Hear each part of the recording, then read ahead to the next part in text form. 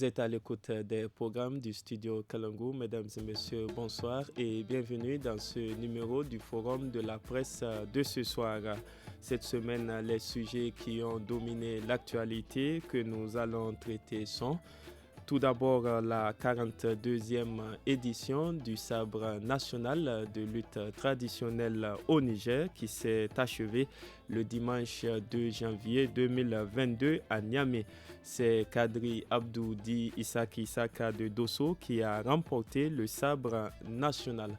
Nous parlerons ensuite des 214 kg de cocaïne saisie dans le véhicule du maire de Fachi à Agadez par l'Office central de répression du trafic illicite des stupéfiants Orcatis. L'actualité, c'est aussi la condamnation lundi de Moussa Aksar et Samira Sabou, deux journalistes nigériens, par la justice pour diffamation et trouble à l'ordre public dans une autre affaire de trafic de drogue. Et enfin, nous parlerons d'Omicron, le nouveau variant de COVID-19 dont plusieurs cas ont été notifiés en République du Niger. Pour commenter et analyser ces sujets, je suis avec Issa Madougou, journaliste indépendant, Maïmouna Diado, journaliste indépendante, et enfin Hussein Issa, il est également journaliste indépendant. À la modération de ce forum de la presse de ce soir, je suis Michel Deji.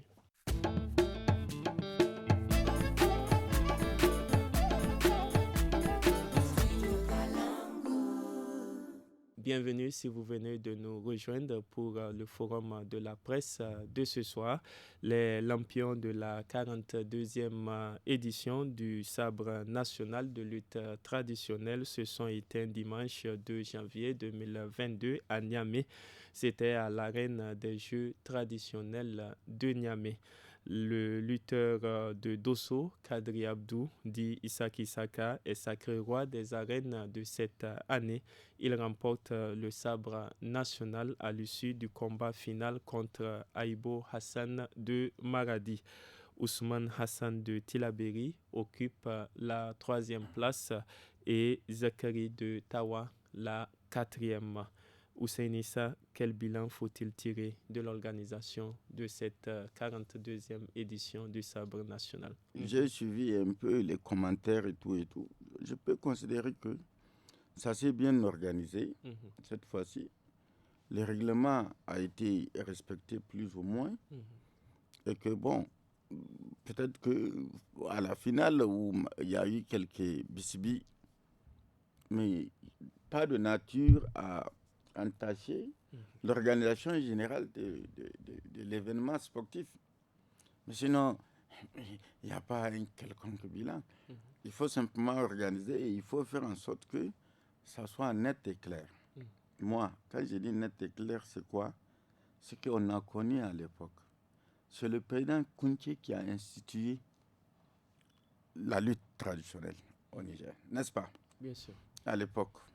Bon, c'est quand même des gens physiques qui viennent s'affronter. Qu'on donne au moins un temps pour que la lutte, en tout cas moi, je ne suis pas tout à fait d'accord avec ce qui est contenu dans le règlement intérieur où il faut arrêter chaque fois de foutre. Alors, 2 minutes de combat ou 3 minutes de combat, 2 minutes de repos. Moi, je me dis, c'est des gens qui sont physiques. Ils sont venus, ils doivent s'entraîner pour être là. J'ai assisté à des combats de lutte à Dakar. On laisse les gens lutter. Mais on dit, Moutouan, comment on appelle ça? Et qu'ils sont debout tous les deux. Parce qu'ils ont épuisé le temps consacré à la lutte. Ils ont épuisé. Et puis non, on laisse les gens lutter jusqu'à la fin pour voir qui est plus fort que l'autre. N'est-ce pas? Qui aura vaincu l'autre? Mais qui aura vaincu l'autre? Moi, je compte souvent certaines mesures qui ont été instituées qui ne peuvent pas permettre de déterminer physiquement qui est plus endurant que l'autre. Parfois, c'est au terme de plusieurs travaux de réflexion que ces décisions sont prises. Mais les décisions sont prises. Quand on dit football, par exemple, c'est 90 minutes. S'il n'y a pas de vainqueur, on met encore 30 minutes, n'est-ce pas? Une prolongation. Une prolongation. Ensuite, après la prolongation, on passe au tir au but pour déterminer qui a gagné, qui a perdu, n'est-ce pas? Mais pourquoi dans le cas de la lutte, quand physiquement tu acceptes d'être dans une arène, c'est que tu vas aller jusqu'au bout. Maintenant, ça va déterminer forcément qui est plus endurant que l'autre. On n'est pas dans ce schéma-là. Voilà un peu, moi, peut-être un peu la remarque que je peux faire. Je suis allé 2 fois de suite pour voir comment ça se passe. Mais il y a certains qui ont déjà un état de santé un peu difficile. Mais nous avons par exemple le 4e d'ailleurs qui avait signé forfait. Non, il n'y a et qui a finalement occupé parce que la quand on fait place. la lutte, c'est un sport physique, n'est-ce pas? C'est comme le football, c'est comme les autres sports, c'est physique. Maintenant, quitte à ce que ceux qui s'engagent dans cette voie-là, ils travaillent leur organisme pour pouvoir être résistants. Merci, c'est votre avis par rapport à ça. Issa Madougou, c'est vrai, la lutte traditionnelle comme rendez-vous national, c'était à l'initiative de Seynou Kounché, mais la lutte a duré au Niger, au niveau de plusieurs localités. Les gens connaissent cette pratique. Et cette année, le thème, c'était donc vivre ensemble, nous sommes une famille. C'est donc une initiative qui a pour principale mission de renforcer l'unité nationale. Quels ont été les enjeux d'une telle rencontre? Moi, je pense que la lutte a été toujours un facteur de cohésion au Niger. Et c'est le sport roi des Nigériens. Parce que quand il y a la lutte, il faut voir l'engouement qui se crée autour de la compétition. Et comment on sent que au fil du temps, avec 42 éditions, cette activité sportive a permis aujourd'hui de rapprocher plus les Nigériens. Je l'ai dit tout à l'heure, c'est l'expression de la cohésion sociale et de l'unité nationale. Après 42 éditions, moi je pense qu'au-delà de ce que ça nous procure, que nous devrons continuer à consolider comme acquis, il faudrait aussi penser à une forme de refonte un peu de l'activité pour que ces gens qui pratiquent la lutte puissent vraiment vivre de cette activité.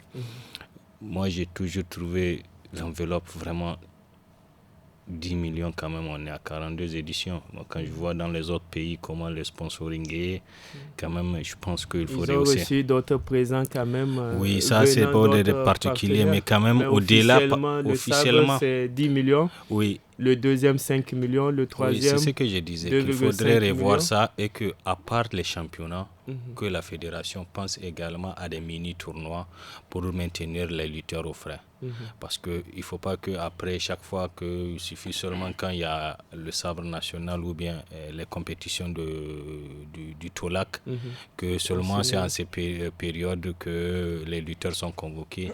Et il faudrait qu'au niveau même des ligues régionales, que des initiatives soient créées pour maintenir, qu'il y ait des vraies écuries au niveau des régions, que chaque région puisse vraiment avoir son écurie de lutteurs qui sont formés et qui sont appuyés également, parce que certes c'est vrai, le ministère ne peut pas et la fédération à elle seule ne peut pas le faire, mais il faut de l'accompagnement, parce que ceux qui sont en train de faire cette lutte, nous voyons tous aujourd'hui les acquis de cette compétition. Ça a permis vraiment le brassage culturel, ça a permis aux Nigériens de s'aimer, de se rapprocher. Quand vous voyez les lutteurs aujourd'hui, ce qui est extraordinaire dans la lutte, pour moi que je vois, c'est-à-dire ce symbole-là qu'un Nigérien, quel que soit de la région, il peut aller combattre au nom de notre région. Tout ça, ça démontre que... Et le sabre reste au Niger. Le sabre reste au Niger. Et cela démontre qu'aujourd'hui, cette compétition est quelque chose qu'on devrait consolider et donner plus de valeur et un cachet particulier, parce que c'est l'expression de l'unité nationale et de la cohésion entre les Nigériens. Donc, faire de cette activité une activité vraiment qui puisse vraiment nourrir son homme, que ces lutteurs ne soient pas misérables. Par exemple, vous avez vu le cas de l'ancien lutteur de Zander. Il a fallu que lui-même il fasse un vocal pour alerter. Si les gens étaient vraiment... on occupe ces gens-là à toujours pratiquer leur activité, on aurait pu savoir ce qui se passe et puis le prendre en charge à temps. Mais après la compétition, on voit beaucoup qui tombent vraiment... souvent sans prise en charge. Sans prise en charge et c'est de la misère totale. Ce sont nos champions, ce sont nos héros. On doit s'occuper d'eux. Donc la fédération doit créer les conditions pour que vraiment ces gens-là puissent véritablement vivre de cette activité qu'ils ont choisie et que vraiment aujourd'hui qui fait la fierté de tous les Nigériens. Bien sûr, puisqu'il s'agit là du sport roi. Maïmouna Gado, comment les populations nigériennes ont vécu cette 42e édition du sabre national? Vu l'engouement que nous avons constaté au niveau donc, de l'arène, de l'île traditionnelle, c'est-à-dire que les Nigériens ont bien, en tout cas, apprécié cette 42e édition. Et il n'y a pas un seul jour où, en tout cas, l'arène n'est pas remplie. Le constat, il y a les femmes qui sont là, les enfants, les jeunes, les vieux, tout le monde. Donc, il faut essayer de revaloriser le sport, parce que c'est le sport roi, c'est notre identité en fait. Il faut revaloriser. Qu'est-ce qui nécessite des améliorations de Ce qui nécessite l'amélioration au niveau donc, de cette lutte traditionnelle, je l'ai dit, en fait, essayer de mettre à la disposition, ne serait-ce que, par exemple, du vainqueur, non pas seulement les 10 millions, mais l'accompagner pour que peut-être ce lutteur, une fois dans sa région, puisse aussi créer les conditions de petites activités génératrices de revenus. Donc, pour qu'il n'y ait pas à rester sans rien faire, en fait. Parce que les 10 millions, que l'on veuille ou non, les 10 millions, ce n'est pas uniquement à lui. Ça ne va pas revenir à lui seul parce que c'est une équipe de toutes les manières. Donc, vous voyez, des actions, comme l'a dit Issa, ça veut dire que de faire des mini-championnats dans les régions, dans les quartiers, pourquoi pas, pour détecter d'autres lutteurs.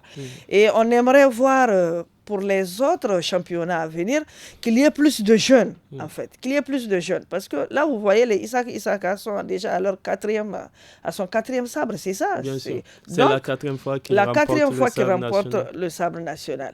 Donc, il faut essayer de voir, quand on arrive à un tel stade où 4 fois championnat, peut-être essayer de voir comment est-ce qu'il faut faire pour amener d'autres jeunes à combattre. Et quand vous voyez, c'est comme on l'a dit, il faut essayer d'aller par catégorie.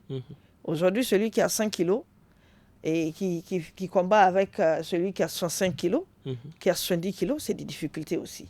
Donc, il faut valoriser la manière dont nous voyons, faire en sorte que ça soit vraiment le sport roi au Niger. L'enveloppe, il faut rehausser l'enveloppe parce qu'on ne peut pas continuer après 10 ans ou quoi là, en train de prendre 10 millions pour celui qui vient lutter aux yeux de tout le monde, combattre.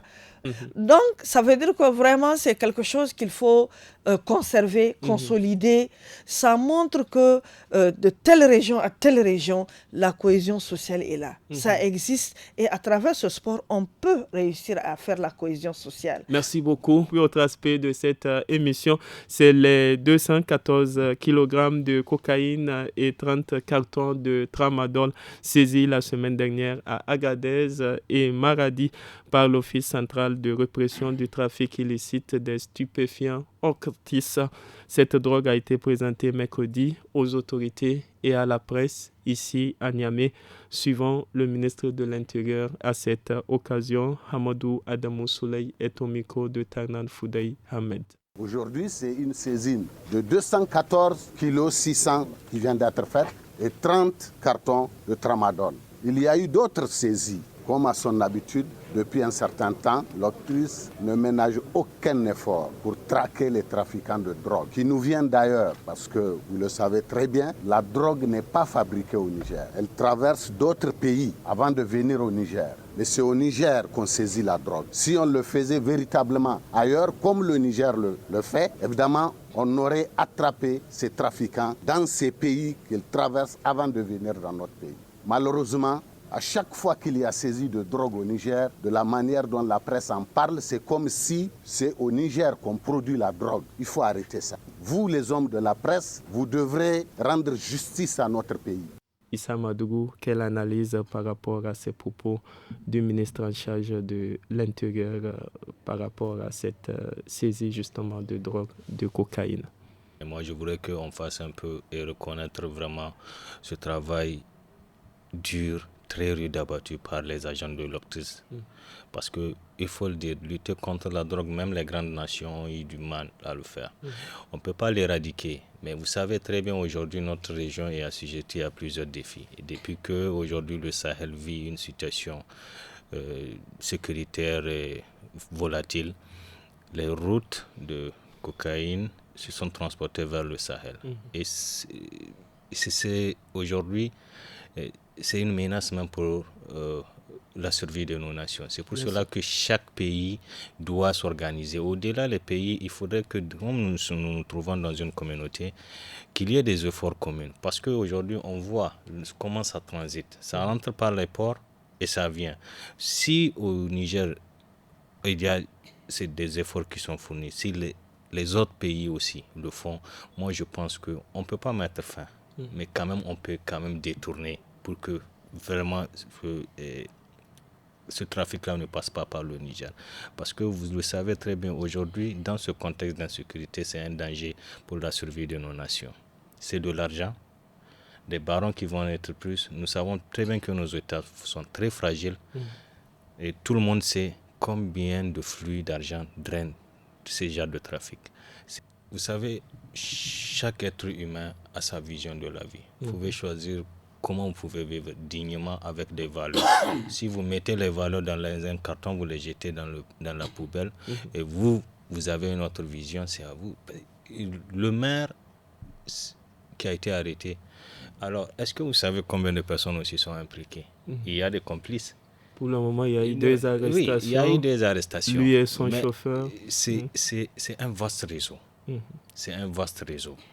Donc c'est pour cela que parfois même il faut donner les moyens nécessaires à tous ces agents qui sont en train de... Parce que lutter contre les narcotrafiquants, c'est des gens qui sont premièrement puissants, capables de tout. Et aujourd'hui, nous le savons très bien, cette région du Sahel, qui sait, à part la drogue, qu'est-ce qui rentre? Enfin, nous ne fabriquons pas la drogue, nous ne fabriquons pas aussi les armes.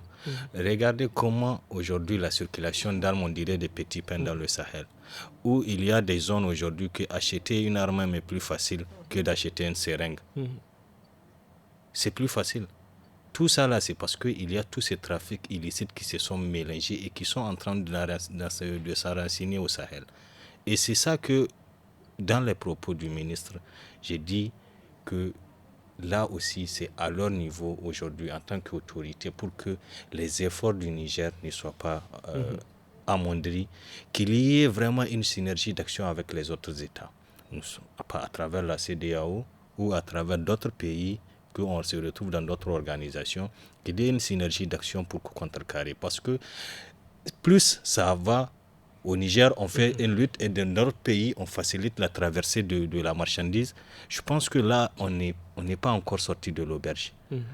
Et vraiment, moi, je pense que l'occasion qu'il faut vraiment rendre hommage à toutes ces femmes et ces hommes qui œuvrent au quotidien, malgré que c'est très difficile de le faire, mais ils sont quand même...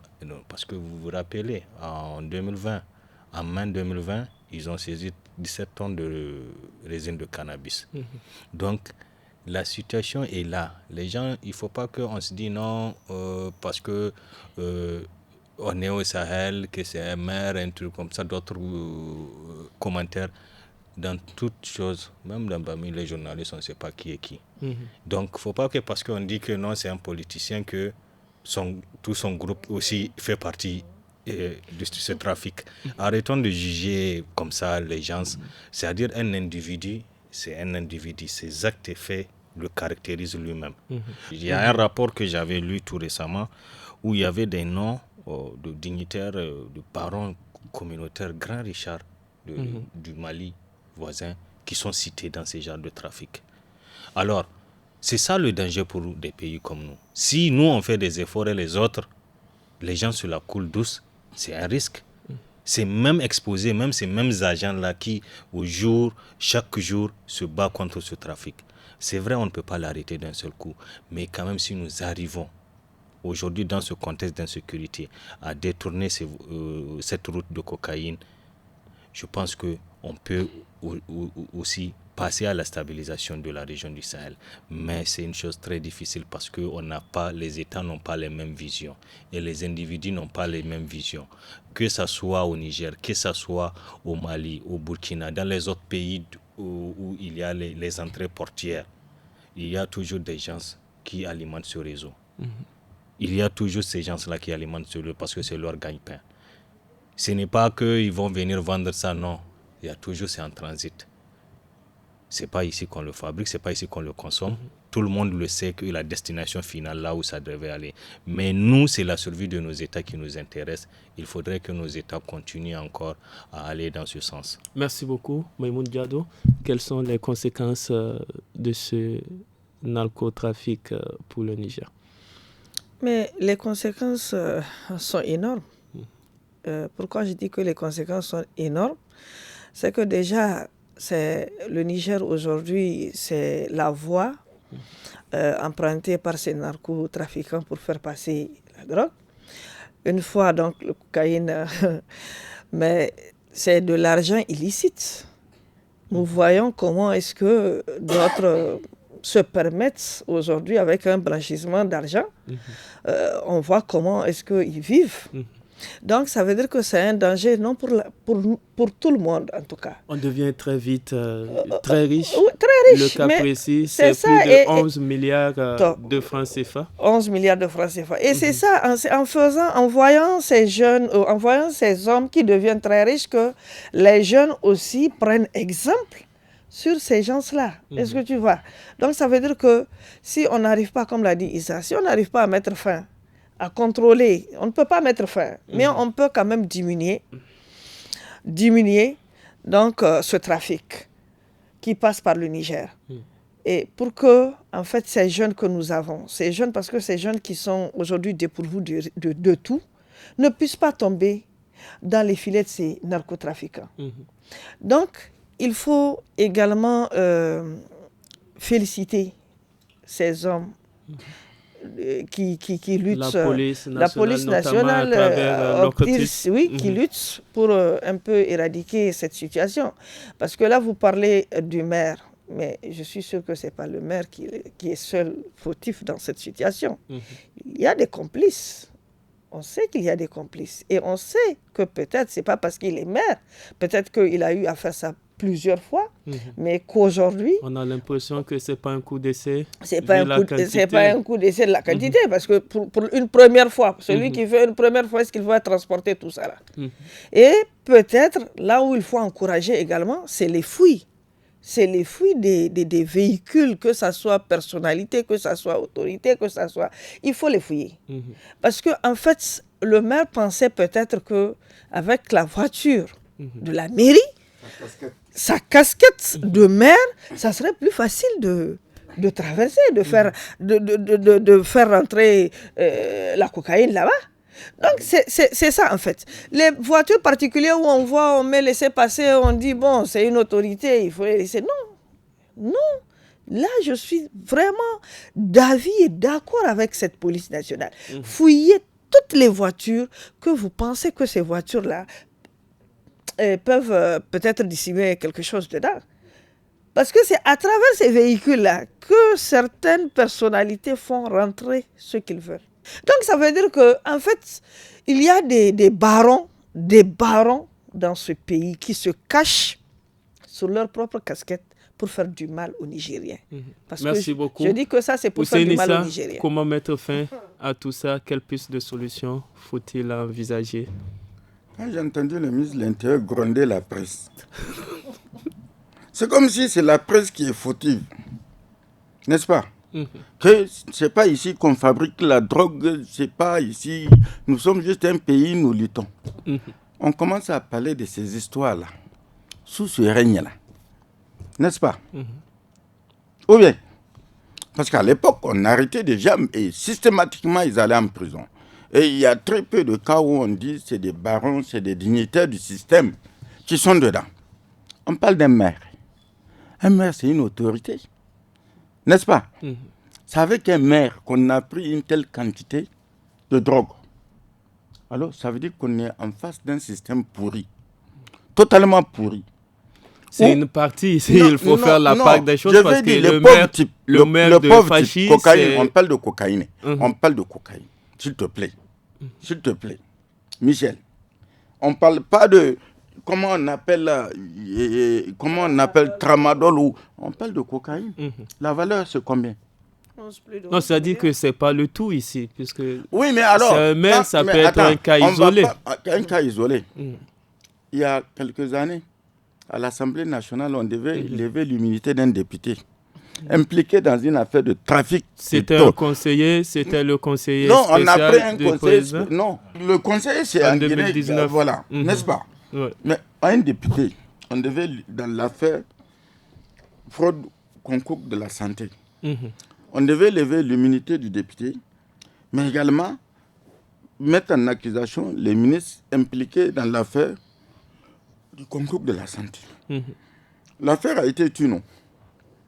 Comme viennent me dire que non, que ce n'est pas au Niger on fabrique. Mais quand les gens s'enrichissent comme ça, du jour au lendemain, des gens sont devenus vachement riches. Des milliards. On dit que c'est un milliardaire. Mais il a eu les milliards où? Est-ce que c'est le pauvre type qui cherche à manger le matin, qui va aller chercher cocaïne, traverser avec ça? Avec quel moyen? Est-ce qu'on se pose avec quel moyen il peut faire ça? Le pauvre type-là, qui se réveille le matin, il n'a même pas 1000 francs pour faire bouillir la marmite. On sait comment ça se passe. Aujourd'hui, notre pays est carrément fiché. Quand le ministre parle de... Les médias doivent nous... Les médias font ce qu'ils doivent faire, ils informent. On a arrêté avec un maire. C'est très symbolique. On n'a pas pris avec un simple individu. C'est une autorité locale. On a connu des cas où des gens, par exemple, quand les dépôts ont été découverts vers Bassoura, 4 tonnes de... Combien de tonnes de résine de cannabis? N'est-ce pas? Tout ça là. Est-ce que c'est une vue de l'esprit? Est-ce que c'est des individus banals, des individus qui n'ont aucun poids, qui sont à mesure de faire des choses comme ça? Dans un entrepôt, un garage, des choses comme ça. C'était 3 tonnes. Mais ça dépasse même. C'était 7 tonnes et puis on dit il y a même quelque chose de combien de tonnes qui sont dans la nature. Tout ça. Est-ce que c'est pauvre type? C'est un pauvre type. C'est des pauvres types qui sont derrière ça. Je te pose la question. Est-ce que c'est des pauvres types qui sont... Mais qu'est-ce qu'il faut faire alors pour mettre fin à tout ça? On a compris alors ce que vous dites ici. C'est que nous avons des personnes qui... Ceux qui peuvent faire quelque chose, ceux qui luttent, qui tentent de lutter, ils font de leur mieux. La police et tout, ils font de leur mieux. Mais ça va aller où? Quand il y a toujours des voies de contournement et c'est toujours des barons qui sont là derrière ces affaires-là. Ce n'est pas des pauvres types comme toi ou moi. Non, c'est des gens. Maintenant, on va voir la suite qui sera réservée à cette affaire. C'est un conseiller d'un président de l'Assemblée, il comprend. Guinée, comment on appelle ça? C'était en Guinée-Bissau. Voilà. On le prend avec... En mars 2019, alors, on se rappelle. Mais bon, alors c'est toi. Tu vas oser faire des choses comme ça. Est-ce que moi, je vais oser faire des choses comme ça? Et avec la carte, le passeport diplomatique. Ah non. Mais les gens s'en foutent. Les Américains, la drogue rentre chez eux. Mais ça vient de l'Amérique latine, Colombie, quelque part, tout ça. Ça transite et tout et tout. Mais qu'on dise que ce n'est pas chez nous. Est-ce que c'est au Mali que c'est fabriqué? Pas au Mali. C'est quand même des grosses quantités. Pour le cas de la Guinée-Bissau, on se rappelle, c'était 800 kg de mais ici, c'est 200 et quelques. Là, c'est 214. Maintenant, comment mettre fin à ça? Attends, 200 et quelques kilos. Tu viens de dire, ça fait combien? Plus de 11 milliards de francs. Attends, 11 milliards là. 11 milliards là. Et l'Octis avait d'ailleurs précisé à travers la porte-parole de la police que c'était une saisie record en termes de quantité. Oui, bien sûr, ici. Mais 11 milliards là. Quand on parle de 11 milliards, 11, mais mobiliser 11 milliards là. Même la descendance et tout, quand les gens travaillent honnêtement, ils ne peuvent pas trouver ce montant-là, cet argent-là. Mais si... On est dans ce système. On est dans ce système. Tout le monde sait comment le système peut être combattu. On attend de voir la suite qui sera réservée à cette affaire. La suite concernant l'affaire qui a remonté depuis le Mali jusqu'ici, il y a une suite. Est-ce qu'il y a une suite? Les députés ont dit qu'ils ne vont pas lever l'immunité du député.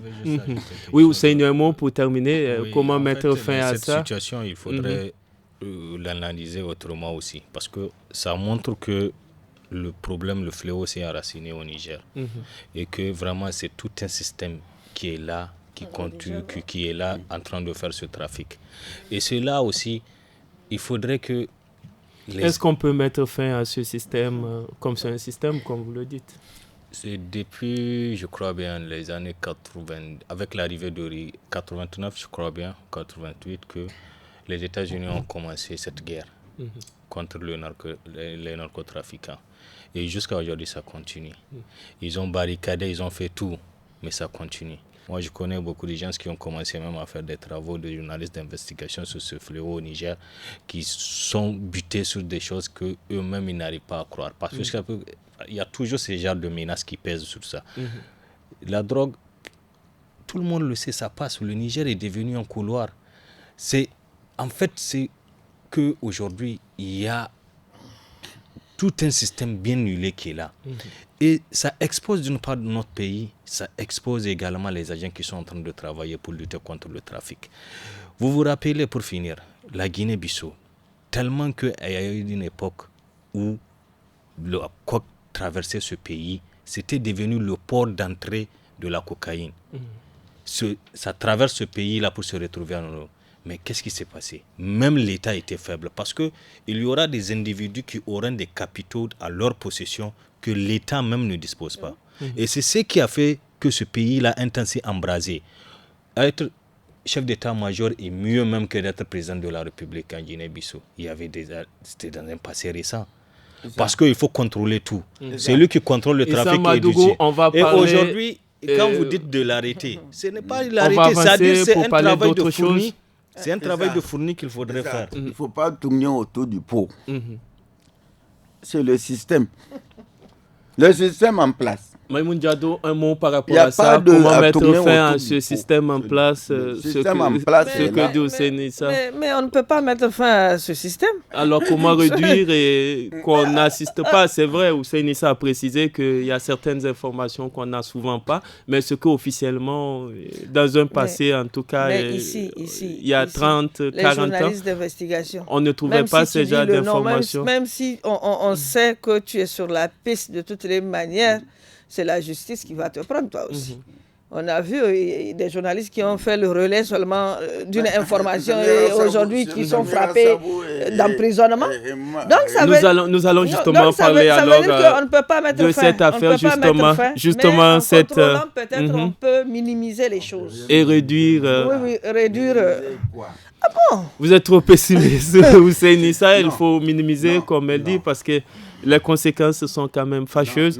Cette semaine qui s'achève a également été marquée donc par la condamnation le lundi 3 janvier 2022 de Moussa Aksa, directeur de publication du journal L'événement, et de la journaliste indépendante Samira Sabou, respectivement à 2 mois et à 1 mois de prison avec sursis pour avoir publié, on se rappelle, c'était en mai 2021, une enquête produite par l'Initiative mondiale contre la criminalité transnationale organisée, une enquête intitulée « Des jours étranges pour le trafic du hashish au Niger ». Hussein Issa, quelle réaction par rapport à ces condamnations de nos deux confrères? C'est des journalistes, ils ont révélé des choses, ils ont purgé. Ils vont, sursis. Ils ne vont pas aller en prison, mais il y a la condamnation qui est là. Tu veux que je dise quoi? Cette semaine, on a vu sur le site de Reporters sans frontières, sur le site de Reporters sans frontières, l'on peut lire la réaction du responsable du bureau Afrique de cette organisation. J'ai lu la réaction. Arnaud Froger qui dénonce cette décision. Doit-on parler d'entrave à la liberté de penser, la liberté de presse au Niger à partir de cette affaire, de votre point de vue? Ou c'est hier, qu'est-ce que le ministre de l'Intérieur a dit? Que les journalistes doivent cesser de considérer, de stigmatiser notre pays. Alors, si c'est ça, parce que tout simplement, les journalistes ont le courage souvent de dire, d'aller investiguer pour voir des choses. Ah non, il ne faut pas, parce que ce n'est pas chez nous que la drogue est fabriquée. Mais on va, quoi? Tu veux qu'on fasse quoi? Qu'est-ce que tu veux qu'on fasse? Non, il faut la répression où l'État s'engage de manière résolue à mettre fin à ça. Tout à l'heure, Issa Madougou vient de dire qu'il y a des manias. Ce n'est pas les manias qui entretiennent les partis politiques. Pour être au pouvoir, aujourd'hui, il faut avoir de l'argent. C'est des gens qui ont suffisamment d'argent, qui peuvent être députés grâce à l'argent, qui font le blanchiment. On est dans ça veut dire que ça a un lien avec la corruption. Mais le système de tous il n'y les a pays. pas un secteur, un pan d'activité. Quand on voit le nombre de flux d'argent qui circulent dans le Sahel, dans nos pays, on est tenté de se croire, mais attends, est-ce que nous aussi on a quelle richesse pour avoir ces droits? Issa Madougou, Hussein Issa a parlé de la réaction du ministre en charge de l'Intérieur par rapport à cette question. Quelle doit être la responsabilité des hommes de médias par rapport à cette lutte contre les narcotrafiquants dans cet espace sahélien? En fait, les journalistes font de leur mieux puisque les journalistes appuient les activités de l'OCRETIS. Oui. Voilà, appuient ces activités. Les journalistes font des investigations. Mais tout à l'heure, je vous avais dit que les investigations le plus souvent sur les narcotrafiquants n'aboutissent pas. Parce qu'il n'y a pas assez d'informations. Et le plus puissant, c'est que souvent, c'est que les gens qui sont, je l'ai dit tout à l'heure, je ne vais pas me répéter encore, qui sont le plus souvent derrière ça, c'est-à-dire, c'est toujours avec un grand étonnement. Aujourd'hui, même ceux qui sont aujourd'hui les groupes armés, les terroristes, tout le monde le sait. Oui, tout le monde le sait qu'eux aussi se sont mis dans cette affaire de transport, de sécurisation des convois de cocaïne. Quand vous remontez même au temps de Moujao, quand il y avait eu l'occupation du Nord Mali. Les premiers gens qui ont commencé, quand Moujao s'est installé à Gao et dans certaines parties de la région, les premiers soutiens de Moujao sont connus tous dans le transport de la cocaïne. C'était au Mali, ça a commencé depuis autant de... On a vu un avion qui a quitté Venezuela qui est venu être déchargé en plein désert.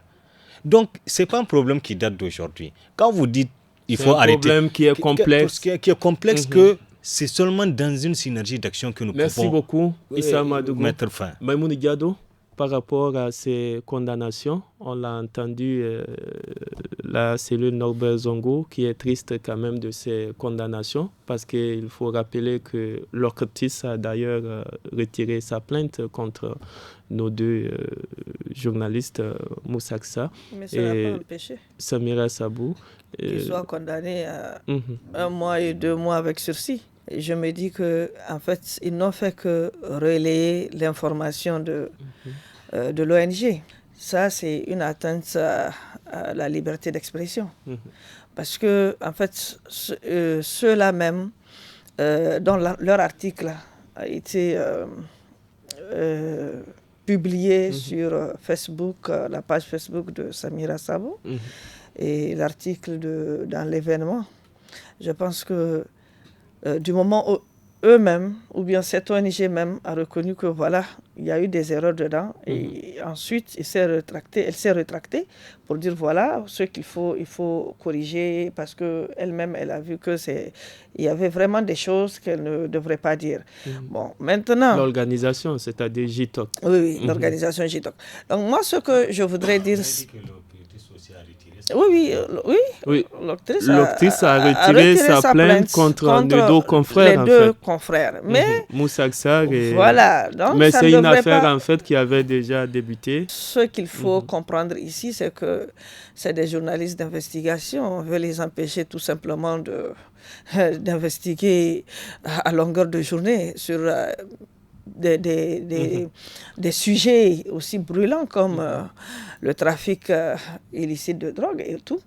Donc moi, je me dis que ça ne devrait pas les empêcher de continuer, en fait. Merci beaucoup. Il faut rappeler que Moussa Sarr, pour sa part, a déjà été condamné, on se rappelle, c'était en mai dernier.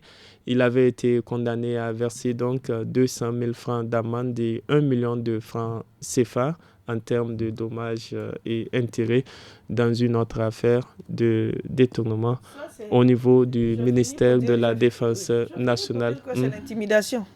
Et les journalistes que nous sommes, nous allons nous battre, continuer à investiguer sur beaucoup d'autres sujets brûlants en tout cas. Merci beaucoup. Mais en jouant sur l'éthique et la déontologie. Merci. Il faut donc respecter en toute chose l'éthique et la déontologie. Merci. Terminons ce forum de la presse par la circulation du nouveau variant de Covid-19 Omicron au Niger. Dans un point de presse animé le 1er janvier 2022, le ministre de la Santé publique, Dr Idi Ilyassou Maïnassara, a annoncé 27 nouveaux cas d'Omicron identifiés lors de la dernière semaine du mois de décembre au Niger. C'est ce qui expliquerait le nombre de cas importants enregistrés ces derniers jours au Niger. Omicron, ce variant de la COVID-19, a été découvert en fin novembre 2021 en Afrique du Sud. Hussein Issa, que faut-il recommander aux populations face à cet état de fait? Ce qu'il faut recommander aux populations, c'est ce que le ministre a fait. Allez se faire vacciner, respecter les gestes barrières, le port de masque, tout ça.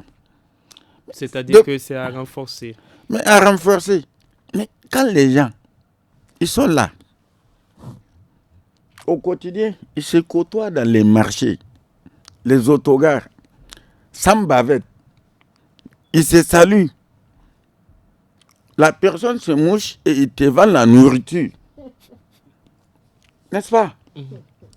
On parle en Hausa, on parle en Germain, on parle en Fulfulde, on parle en Tamashek, on parle en français. Les gens sont toujours insensibles. Parce que quand on est dans un contexte, dans un environnement, en Occident où ça fait rage, dans les pays où ça fait rage, le contact physique, là même aujourd'hui, même les fêtes et tout, les gens sont obligés. Mais ici, le problème est là. C'est que les gens se posent la question. Quant à la véracité même de ce qu'on leur raconte. Il y en a qui en doutent. Issa Madougou. Non, il y en a qui en doutent. Mais il faut sensibiliser.